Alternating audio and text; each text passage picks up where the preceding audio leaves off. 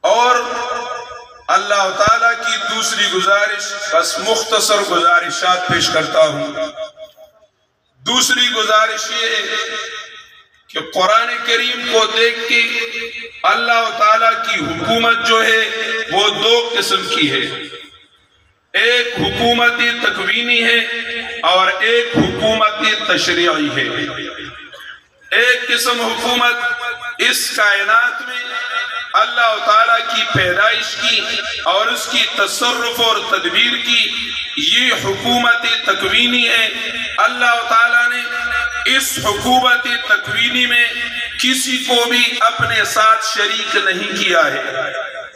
قرآن کریم کو دیکھو، الا لہ الحکم، اسی طرح قرآن کریم کو دیکھو، للہ الامر من قبل ومن بعد، اسی طرح قرآن کریم کو دیکھو، الا لہ الخلق والامر لہ ما فی السماوات وما فی الارض للہ ما فی السماوات وما فی الارض الا لہ الحکم للہ الامر واللہ یحکم لا موقب لحکمہ لا مبدل لکلماتہ۔ اللہ تعالیٰ کی فیصلوں کو، تکوینی فیصلوں کو کوئی تبدیل کرنے والا نہیں ہے۔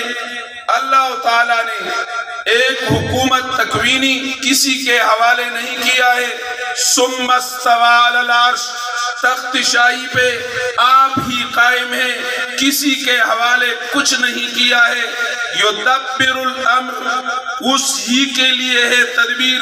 یدبر الامر من السماء الى الارض۔